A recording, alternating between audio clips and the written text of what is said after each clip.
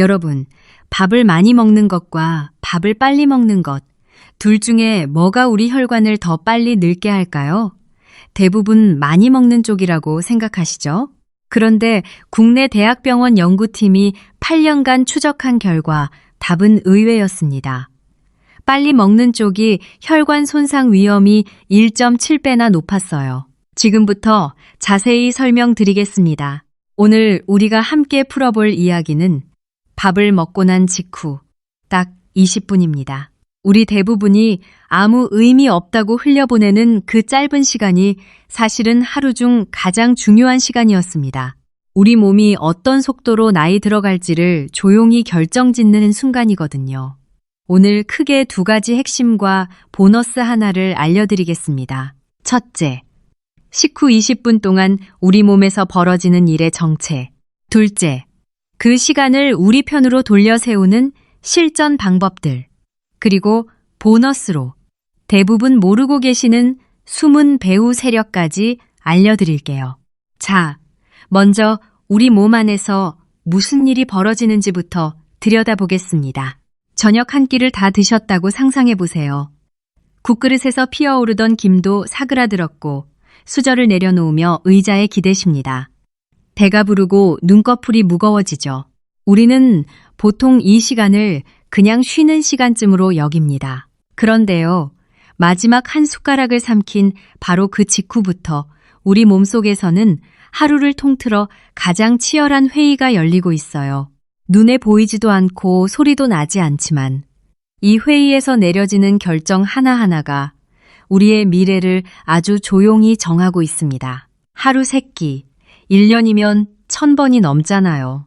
이 자잘한 결정들이 10년, 20년 쌓이면서 같은 나이인데도 누구는 혈관이 여전히 말랑하고 누구는 혈관이 뻣뻣하게 굳는 갈림길이 생기는 겁니다. 우리 몸을 아주 커다란 항구 도시라고 상상해 보세요. 방금 그 항구에 엄청난 양의 화물을 실은 배 한 척이 들어온 거예요. 이 화물을 재빨리 내려서 도시 곳곳의 창고로 나눠 보내야 합니다. 여러분, 이 화물의 정체가 바로 포도당입니다. 우리가 먹은 밥이나 빵, 국수 같은 탄수화물이 잘게 쪼개져서 만들어진 당분이죠. 포도당은 우리 몸 거의 모든 세포가 좋아하는 연료입니다. 그런데 이 화물은 혼자서는 창고 문을 열지 못해요. 반드시 항구의 하역 책임자가 나서서 신호를 줘야만 창고가 문을 엽니다. 이 하역 책임자가 바로 인슐린이에요. 이름은 다들 들어보셨을 텐데 실제로 무슨 일을 하는지는 의외로 잘 모르시더라고요. 인슐린은 췌장이라는 곳에서 만들어져서 혈관을 타고 온 몸을 돌아다니며 세포들에게 외치는 심부름꾼입니다. 화물 도착했다. 창고문 열고 어서 받아라. 이 외침을 들은 세포들이 문을 열고 포도당을 안으로 들이죠. 그래야 피 속에 당이 넘치지 않고 알맞은 선에서 유지됩니다. 여기까지는 아주 건강한 풍경이에요. 매끄럽게 잘 돌아가는 항구의 모습이죠. 그런데 진짜 문제는 이 하역 책임자, 인슐린 그 자체가 아닙니다. 하루에 몇 번이나, 그리고 얼마나 다급하게 그를 불러대야 하느냐가 문제예요. 우리 세포가 인슐린의 외침에 점점 시큰둥해지는 현상, 이걸 인슐린 저항성이라고 부릅니다. 여러분, 휴대폰 알림을 떠올려 보세요. 처음 한번 울리면 바로 확인하시죠? 그런데 몇 분 간격으로 하루 종일 쉬지 않고 울려대면 어떻게 되나요? 나중엔 진동이 와도 힐끗 보고 그냥 무음으로 돌려버립니다. 우리 세포가 인슐린에게 하는 행동이 딱 이겁니다. 인슐린이 너무 자주, 너무 세게 밀려들면 세포는 아예 귀를 닫아버려요. 그러면 췌장은 어쩌겠어요? 말을 안 들으니 인슐린을 더 많이 쏟아부어서 억지로 문을 열려고 합니다. 세포는 더 무뎌지고 췌장은 더 내보내고 이 악순환이 아주 조용히 굴러가기 시작합니다. 자, 여기서 정말 중요한 이야기가 나옵니다. 혈당이 오르는 건 당연한 일이에요. 탄수화물을 먹었으니까요. 진짜 중요한 건 그 오르내림의 모양새입니다. 저는 이걸 우리 아파트 엘리베이터에 비유하곤 해요. 완만한 언덕길을 천천히 올라갔다. 살살 내려오는 것과 초고속 엘리베이터를 타고 꼭대기까지 쿵 솟구쳤다가 뚝 떨어지는 건 우리 몸이 받는 충격이 완전히 다르잖아요. 아, 여기서 많은 분들이 잘못 알고 계시는 게 하나 있습니다. 건강검진에서 공복혈당이 정상이면 다 괜찮다고 안심하시는 분들 정말 많으시죠? 저도 한때 그렇게 알았어요. 그런데 해외 유명 의학 학술지에 실린 연구가 이 상식을 뒤흔들어 놨습니다. 하루 평균 혈당이 똑같은 두 사람이라도 혈당이 출렁이는 그 진폭이 큰 사람 쪽이 세포를 녹슬게 하는 활성산소를 훨씬 더 많이 만들어냈다는 겁니다. 이해되시죠? 잔잔한 호수 하나와 평균 수위는 똑같지만 파도가 매일 몰아치는 바다 하나를 생각해 보세요. 평균 수위는 같아도 그 안에 사는 물고기의 삶은 전혀 다릅니다. 우리 혈관도 마찬가지예요. 여러분, 그래서 우리가 오늘 하려는 이야기는 단순히 혈당을 낮추자가 아닙니다. 그 출렁임을 파도의 높이를 낮추자는 겁니다. 따라오고 계시죠? 혈당이 급하게 치솟으면 피 속에 넘쳐 흐르는 당분이 우리 몸 여기저기에 제멋대로 들러붙기 시작해요. 이 과정을 쉽게 설명해 드릴게요. 우리 몸속 단백질들은 정교하게 맞물려 돌아가는 톱니바퀴 같은 존재입니다. 그런데 그 위에 뜨거운 설탕물이 흘러 그대로 굳어버리면 어떻게 되겠어요? 톱니가 끈적하게 엉겨붙어 예전처럼 매끄럽게 돌지를 못합니다.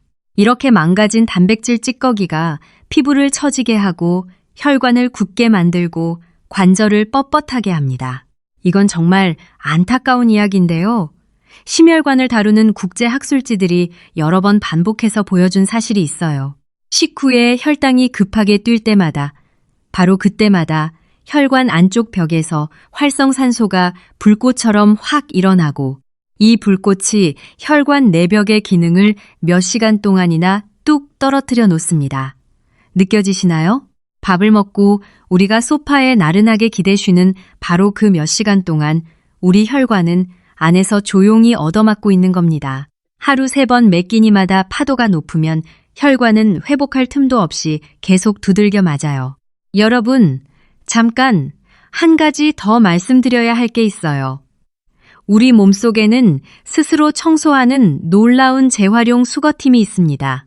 세포 안을 돌아다니면서 낡고 고장난 부품들을 찾아내 분해하고 그 재료를 다시 새 것으로 만드는 데 씁니다. 안 쓰는 물건을 내다 버리고 집을 정리하는 대청소랑 똑같아요. 이 대청소 덕분에 우리 세포가 젊고 깨끗하게 유지되는 건데요. 이 수거팀에게는 까다로운 조건이 하나 있습니다. 세포가 건설 모드일 때는 절대 밖으로 나오지 않아요. 인슐린이 높게 떠 있으면 건설 모드가 꺼지질 않거든요. 그러면 청소팀은 출근을 못합니다. 세포 안에 쓰레기가 차곡차곡 쌓여가는 이 모습이 사실 노화의 아주 정확한 실체예요. 이 원리를 밝혀낸 연구가 노벨 생리의학상을 받았습니다. 그만큼 우리 건강의 핵심적인 이야기라는 뜻이죠. 자, 지금까지 식후 20분 동안 우리 몸속에서 벌어지는 일들을 살펴봤습니다. 혈당 파도가 혈관을 때리고 당분이 단백질에 들러붙어 노화를 부추기고 세포 청소팀까지 마비시킨다는 것 기억하시죠? 이제 희망적인 이야기를 해볼까요? 놀랍게도 우리가 직접 손을 뻗어 당길 수 있는 강력한 지렛대가 여러 개 숨어 있습니다. 하나하나 알려드릴게요. 첫 번째, 식사 순서를 바꾸는 겁니다. 우리가 밥상에 앉으면 보통 밥부터 한 숟가락 드시죠? 이걸 바꿔보세요. 채소와 단백질을 먼저 드시고 밥은 뒤로 미는 겁니다. 왜냐하면 채소 속 섬유질이 위와 장에서 끈적끈적한 젤처럼 변해요. 이 젤이 음식과 장벽 사이에 얇은 그물망처럼 자리를 잡습니다. 포도당이 통과하긴 하는데 아주 천천히 스며나가죠. 당연히 혈당 파도가 훨씬 완만하게 오릅니다. 우리 어른들의 밥상머리 예절이 사실은 아주 정교한 과학이었던 거예요. 여기에 새콤한 초무침 한 접시나 식초를 탄 물 한 잔을 곁들이시면 더 좋습니다. 여러 나라의 임상 시험을 모아 분석한 연구들을 보면 식초를 살짝 곁들이는 것만으로도 식후 혈당과 인슐린 반응이 눈에 띄게 완만해졌어요. 식초 속 신맛 성분이 위가 비워지는 속도를 늦추고 동시에 탄수화물을 쪼개는 효소의 일을 살짝 방해해서 당 흡수 속도 자체를 늦춰줍니다. 돈도 거의 안 드는 방법이에요. 두 번째, 밥을 다 먹고 10분에서 15분 정도 가볍게 걷는 겁니다. 땀을 뻘뻘 흘리는 운동이 절대 아니에요. 그저 설렁설렁 걷는 정도면 됩니다. 여기에 기가 막힌 원리가 숨어 있거든요. 우리 다리 근육에는 인슐린 없이도 열 수 있는 뒷문이 달려 있습니다. 근육을 움직여서 수축시키기만 하면 이 뒷문이 열리면서 포도당이 인슐린 도움 없이도 근육 안으로 빨려 들어가요. 2022년 한 대규모 분석 결과를 보면 식사 뒤에 가볍게 걷기만 해도 가만히 앉아 있을 때보다 식후 혈당 파도가 거의 30% 가까이 낮아졌습니다. 그런데 여기서 많은 분들이 이렇게 생각하실 거예요. 비 오는 날은요? 무릎이 안 좋은데요? 맞습니다. 아주 현실적인 고민이에요. 그래서 여러분께 정말 놀라운 방법을 하나 알려드리려 합니다. 이건 알고 나면 무릎을 탁 치실 거예요. 우리 종아리 깊숙한 곳에 가자미근이라는 근육이 있습니다. 생선 가자미처럼 납작하게 생겼다고 붙은 이름인데요. 이 녀석이 아주 특별합니다. 한 대학대사 연구소에서 발표한 연구가 과학계를 깜짝 놀라게 했어요. 방법이 어이없을 만큼 간단합니다. 의자에 편하게 앉은 채로 발바닥 앞쪽은 바닥에 붙인 채 발 뒤꿈치만 위로 쓱 들어 올렸다가 툭 내리는 겁니다. 그게 전부예요. 텔레비전을 보면서도 지하철에 앉아서도 사무실 책상 밑에서도 할 수 있죠. 결과가 어땠는지 아세요? 이 동작을 꾸준히 한 사람들은 당분 음료를 마신 뒤 3시간 동안 혈당 출렁임이 52%나 낮아졌습니다. 게다가 인슐린의 양은 60% 가까이 줄었고요. 앉아서 발 뒤꿈치만 까딱거렸을 뿐인데 말이에요. 비밀은 이 가자미근이 피 속을 떠다니는 포도당을 곧바로 끌어다 태우는 특별한 방법을 쓴다는 데 있습니다. 그래서 몇 시간이고 지치지 않고 계속 태울 수가 있어요. 잠깐 여기서 하나 더 알려드릴 게 있어요. 이건 대부분 모르시는 건데요. 바로 씹는 횟수입니다. 우리 세대 바쁘게 살아오시느라 밥을 후다닥 드시는 분들 정말 많으시잖아요. 그런데 국내 한 대학병원 내분비내과 연구팀이 같은 음식을 주고 한 그룹은 15번, 다른 그룹은 40번 이상 씹게 했더니 40번 씹은 그룹의 식후 혈당 파도가 눈에 띄게 낮았습니다. 왜 그런지 아세요? 천천히 오래 씹으면 우리 뇌가 음식이 들어온다는 신호를 미리 받아요. 그래서 췌장에게 미리 준비하라고 알려주고 포만감을 느끼게 하는 신호 물질도 더 많이 나옵니다. 우리 어머니들이 꼭꼭 씹어 먹으라고 하신 그 말씀이 이렇게 정확한 과학이었던 거예요. 밥 한 술 드실 때 30번 이상 씹어보세요. 처음엔 좀 답답하실 수 있는데 3일만 해보시면 금방 익숙해지십니다. 그리고요, 식후 자세도 생각보다 중요합니다. 이것도 잘 모르시는 분들이 많으세요. 밥을 다 먹고 바로 눕거나 소파에 깊이 파묻히시면 위에서 장으로 넘어가는 속도가 불규칙해집니다. 소화기 분야 학술지에 실린 연구를 보면 식후에 상체를 곧게 세운 자세를 유지한 그룹이 바로 누운 그룹보다 혈당 변동 폭이 확연히 작았어요. 어렵게 생각하실 필요 없습니다. 식사 뒤 최소 20분에서 30분만 눕지 마시고 앉아 있기라도 하시면 됩니다. 설거지를 하셔도 좋고 뉴스를 보셔도 좋습니다. 등을 기대시더라도 완전히 누워버리는 것과는 우리 몸이 받아들이는 방식이 다릅니다. 자, 지금까지 식사 순서 바꾸기, 식초 곁들이기, 가벼운 걷기, 가자미근 운동, 씹는 횟수 늘리기, 식후 자세까지 알려드렸습니다. 이거 다 외우실 필요 없어요.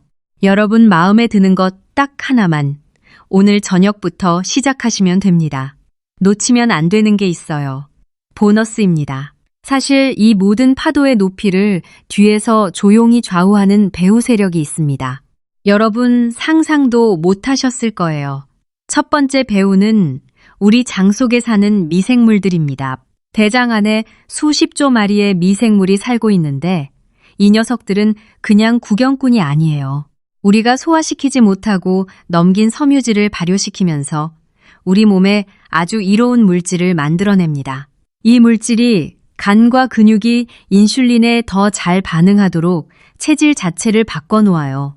그러니 섬유질을 골고루 잘 챙겨 드시면 이 장속 일꾼들이 우리 몸 전체의 당 처리 능력을 은근하게 끌어올려줍니다. 반대로 기름지고 달달한 가공식품만 넣어주면 이 일꾼들이 힘을 잃고 장벽은 헐거워지고 그 틈으로 아주 미세한 만성염증이 온몸에 스멀스멀 번지기 시작해요. 이 조용한 만성염증이야말로 우리 몸을 서서히 갉아먹는 무서운 적입니다. 두 번째 배우는요, 바로 잠입니다. 이게 혈당이랑 무슨 상관이냐 싶으시죠?